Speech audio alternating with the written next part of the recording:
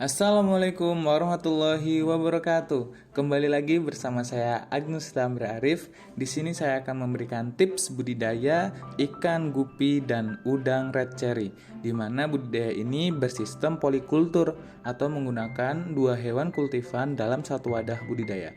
Let's do it. Langsung saja kita masuk tahap yang pertama. Yang pertama, tentu saja kita harus memiliki wadah untuk budidaya. Pada kali ini kita akan menggunakan ember dengan ukuran 60 liter. Tapi dalam proses budidayanya kita hanya menggunakan 30 liter atau setengah dari ember tersebut. Selanjutnya, kita akan mencuci ember yang akan kita gunakan. Kita cuci menggunakan sikat sampai bersih. Kemudian setelah dibersihkan, langsung diisi air sebanyak setengah ember. Yang pertama, kita akan menggunakan garam untuk proses aklimatisasi ikan supaya air yang akan kita gunakan terbebas dari bakteri. Selanjutnya, kita membutuhkan yang namanya aerator, berfungsi untuk menambah oksigen dalam kegiatan budidaya.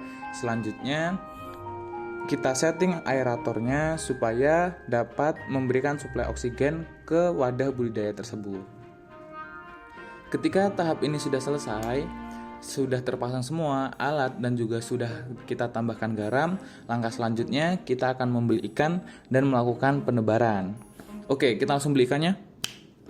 Nah, ini kita sudah dapat ikannya, kemudian kita masukkan ke dalam ember yang sudah kita siapkan tadi dengan cara aklimatisasi atau proses penyesuaian terhadap ikan kepada lingkungan baru supaya ikan tidak terjadi yang namanya stres. Caranya dengan menaruh wadah ikan tersebut di permukaan air, kemudian ditunggu sampai 5 atau 10 menit, kemudian dibuka tutupnya atau talinya. Kemudian diberikan air dari wadah budidayanya sedikit demi sedikit supaya air yang ada di wadah ikan yang dalam plastik dan air yang ada di ember dapat sesuai. Kemudian ikan akan menyesuaikan secara perlahan. Ketika ikan sudah siap dan sudah mulai terbiasa dengan air yang baru, kemudian baru ikan dilepaskan secara perlahan dari wadah yang sudah dikeluarkan tersebut. Oke, ketika ikan sudah selamat dan masih hidup, kita masuk tahap selanjutnya, yaitu tahap pemberian pakan. Pada tahap pemberian pakan ini, kita akan menggunakan dua jenis kultifan nih. Yang pertama yaitu ikan gupi, dan yang kedua adalah udang red cherry. Kedua hewan ini kan memiliki kebiasaan makannya berbeda. Yang satu di permukaan air, yang satu di bagian bawah atau demersal. Nah, pakan yang kita gunakan tetap menggunakan pakan apung, tetapi dalam proses pemberiannya sedikit dilebihkan. Karena ketika ada pakan terapung yang tidak termakan akan jatuh ke bawah dan dapat dimakan oleh udang tersebut.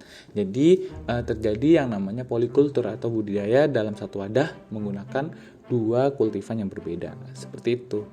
Pemberian pakannya dapat diberikan 2 kali sehari atau 3 kali sehari, tergantung atau sebisa mungkin dari teman-teman semua. Oleh sebab itu, kalau saya sendiri menggunakan 2 kali sehari, yaitu pada pagi dan sore hari, dengan pemberian pakan sampai kenyang, seperti itu. Yang terakhir adalah analisis usaha. Pada tahap ini merupakan tahap yang paling kompleks gitu kalau teman-teman ingin melanjutkan budidaya ini menjadi salah satu usaha teman-teman sendiri. Karena memang banyak yang dihitung, mulai dari aeratornya, kemudian wadahnya, kemudian pakannya, kemudian ikannya sendiri, maka kita langsung saja gitu ke proses penjualannya. Kemarin saya beli ikan itu untuk ikan gupinya 2.000 per ekor, sedangkan untuk udang cerinya 1.500 per ekor. Jadi kalau semisal teman-teman budidaya selama 1 bulan, menurut saya untuk dijual ikan gupinya menjadi 2.500 dan kemudian udang cerinya menjadi 2.000 masih cukup untung karena untuk proses pemberian pakannya kan ini kan ikan hias ya, tidak terlalu membutuhkan biaya banyak. Kemudian untuk penggunaannya penggunaan listrik cuma menggunakan aeratornya, dan itu untuk aerator sendiri kan tidak memberikan watt yang banyak untuk penggunaan listrik. Jadi menurut saya dalam proses pemeliharaan selama 1 bulan dan kita mengambil keuntungan dalam 500 dalam setiap kali penjualan, menurut saya masih untung. Mungkin itu saja yang dapat saya sampaikan.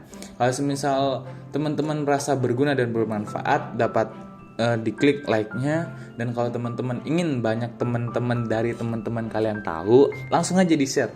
Dan jangan lupa untuk subscribe di bawah. Terima kasih.